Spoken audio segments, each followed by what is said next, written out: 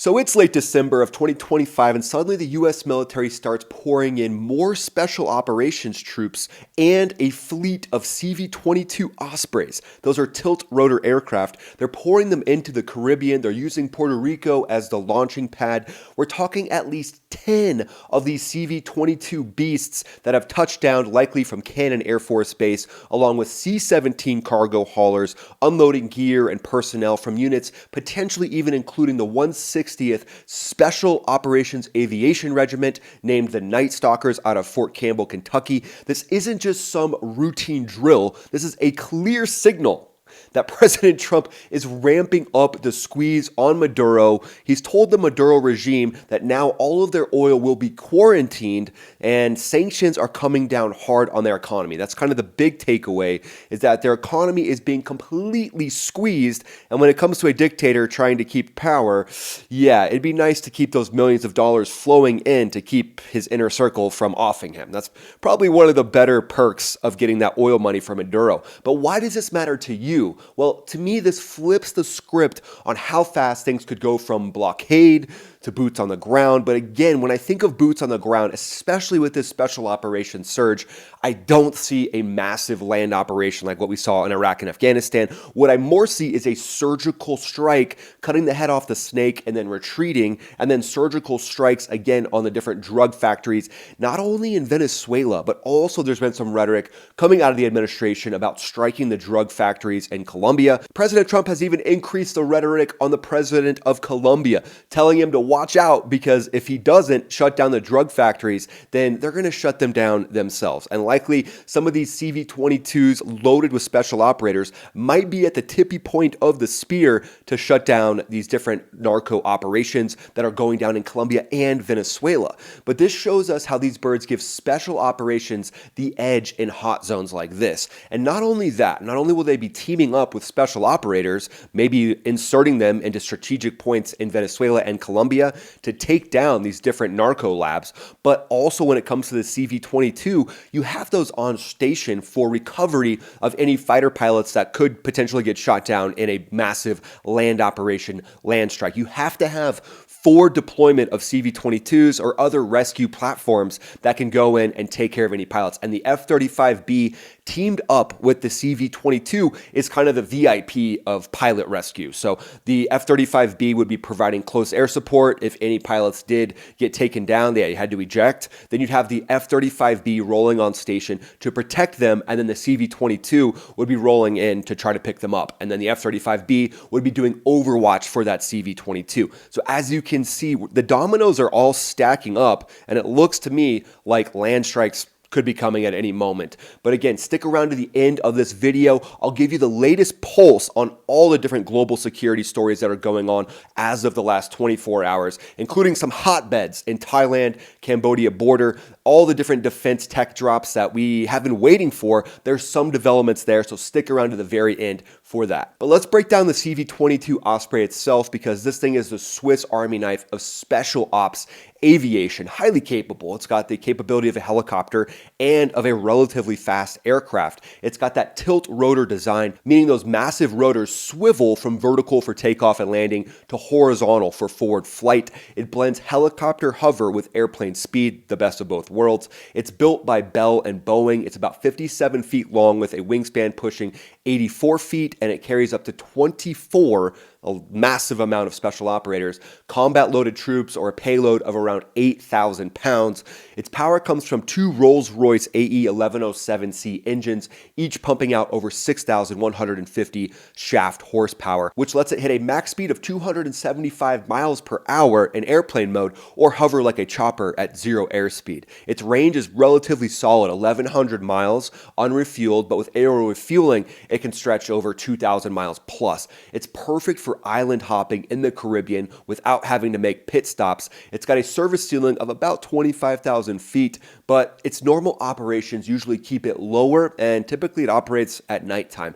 It's got some noise suppression on the rotors that cut down the signature. It helps keep the enemy from hearing this thing during sensitive operations, and the composite airframe helps with radar evasion. In short, this bird gets special forces in and out of denied areas faster than a typical helo would, with less exposure time because it can go faster as soon as it picks everybody up. So for the CV-22, it's all about that smooth transition from hover to airplane mode. You get that right and you're golden. And the CV-22, it's not a gunship itself, but it's not a sitting duck either. It's wired for the shadows. Defensive suites include the AN/ALQ-211. That's an electronic warfare system for jamming radar locks, plus it's got chaff and flare integrated into that. That helps spoof any incoming missiles, specifically man pads. That's really what they're going to be going up against in Venezuela. It's also got infrared suppressors on the exhausts that keep heat-seeking threats off its tail, at least somewhat. And then for autonomy, it's got fly-by-wire controls with some autopilot features for low-level night ops, but it's a crewed aircraft, obviously. There isn't an uncrewed version of this yet. The Black Hawk beat the CV-22 to that. It's got 2 pilots up front, and it's often got a loadmaster or combat controller in the back. Integration with special ops is where it totally shines. That's what this thing was built for. It's basically the ride for Air Force Special Operations Command. It can drop off Green Berets or SEALs via fast rope, or parachute at low altitude or higher altitude, parachuting in even at 100 feet above the ground. It doesn't have any big offensive weapons like Hellfires, but it can sling external pods. It can have 50 cal door gunners, which is huge, and that brings a lot of firepower to the fight. Some of the guidance relies on terrain following radar and FLIR. There's a nice, beautiful acronym for you this morning.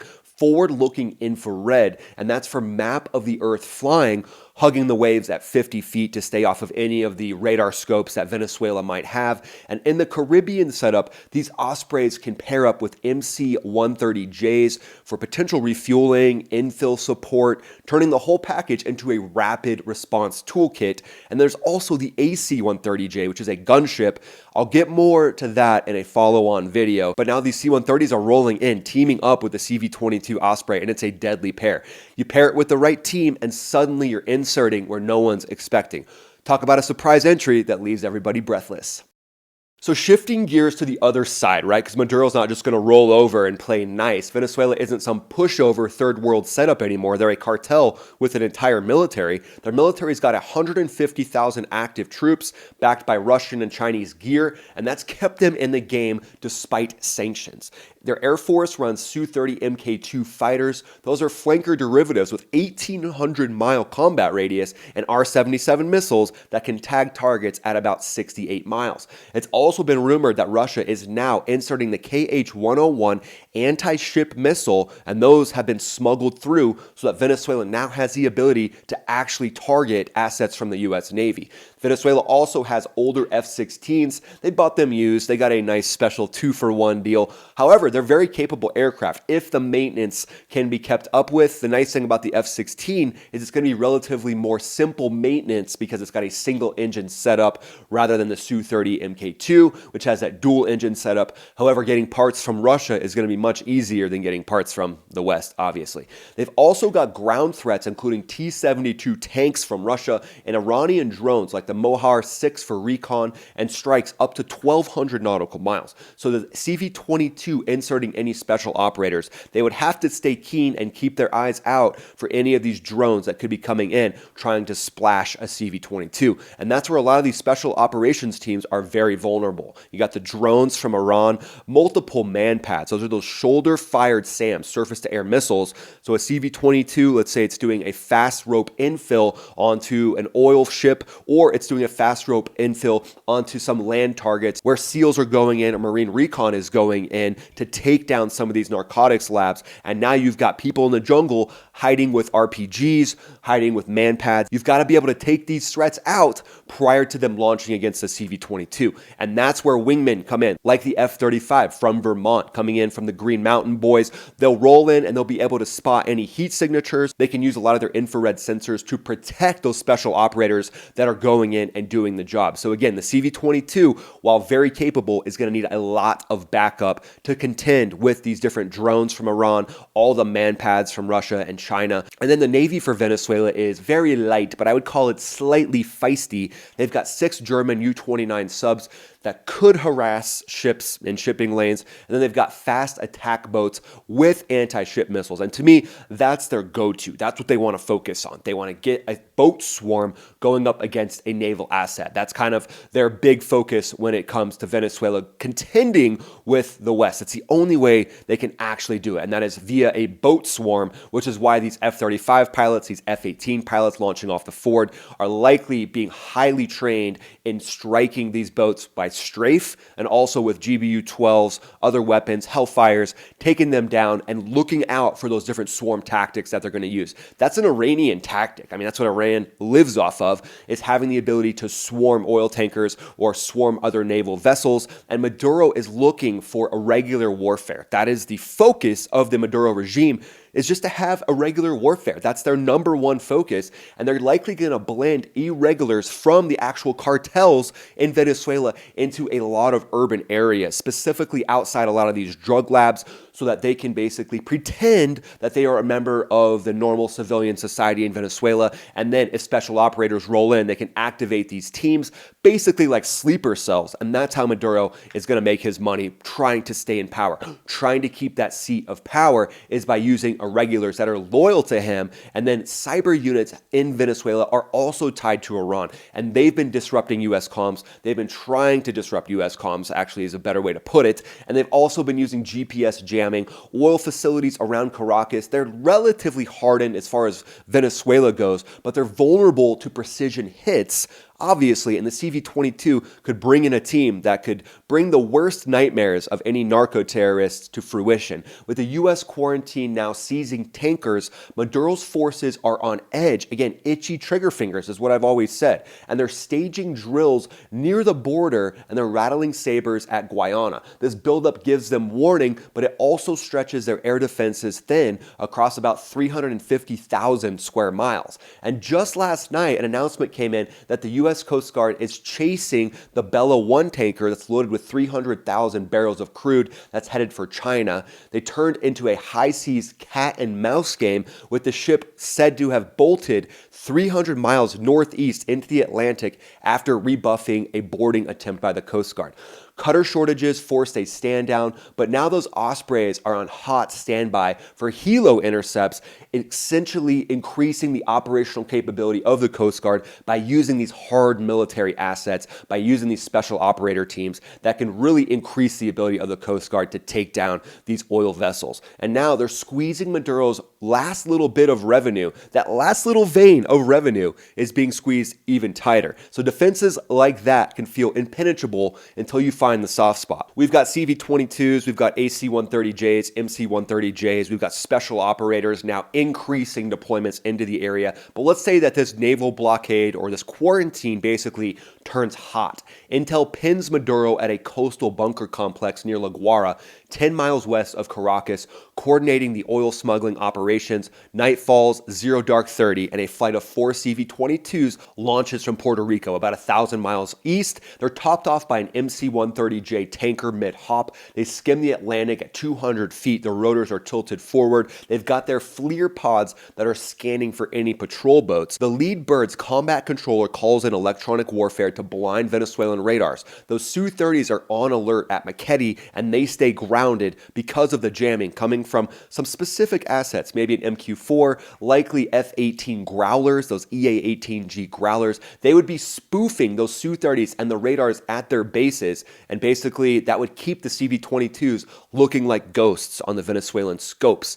The Ospreys fan out over the surf, dropping to a hover at 50 feet AGL, and then fast roping 20 Delta operators each onto the beach in under 90 seconds. No extremely loud rotors giving away their position, and then the teams hump inland over a few miles, and they have silenced M4s. They're dropping guards at the perimeter wire of any of these hotspots, going for the high-value target, Maduro himself. The Osprey could also unload drones, so shoulder-fire drones, smaller drones. So let's say the Osprey unloads a small fleet of drones. Those loiter overhead, feeding real-time information to Delta forces, and then they breach the bunker. Breaching charges pop the doors, flashbangs clear the halls, and they snatch Maduro mid-briefing. They cuff him and exfil straight to the extraction landing zone. Ospreys swoop in low, rotors are vertical, loading the high-value target in a few seconds flat. As Venezuelan reinforcements scramble, T-72s rumble from different barracks, but at this point, it's basically a lost cause because the CV-22s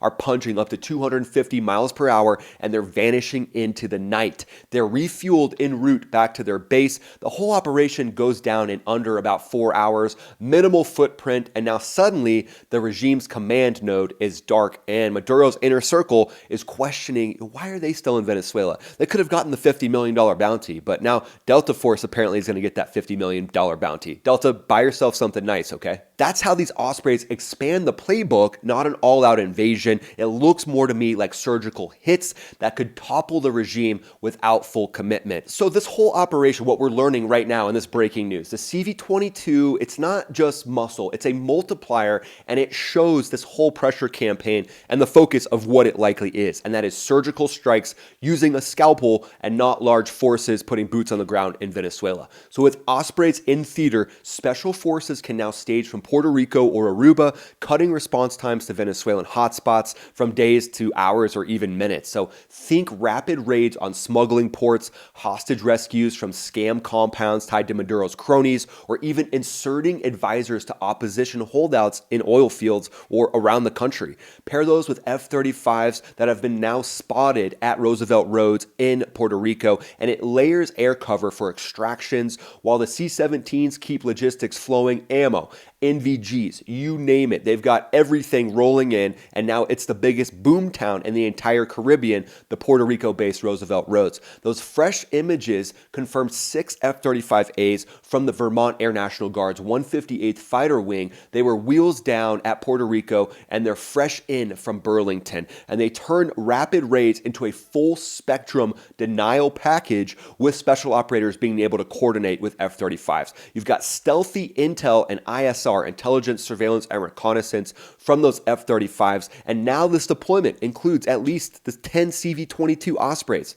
by the Air Force's 27th Special Operations Wing at Cannon Air Force Base, New Mexico, alongside elements of Army Special Operations aviation regiments from Fort Campbell. Got the C-17s. This is a massive air power influx. As the administration says, it's the biggest armada that has ever been assembled in this region. It might be one of the biggest armadas ever assembled in any region. So Maduro's likely feeling the pressure, that massive armada comment, and then teasing that land actions could come soon.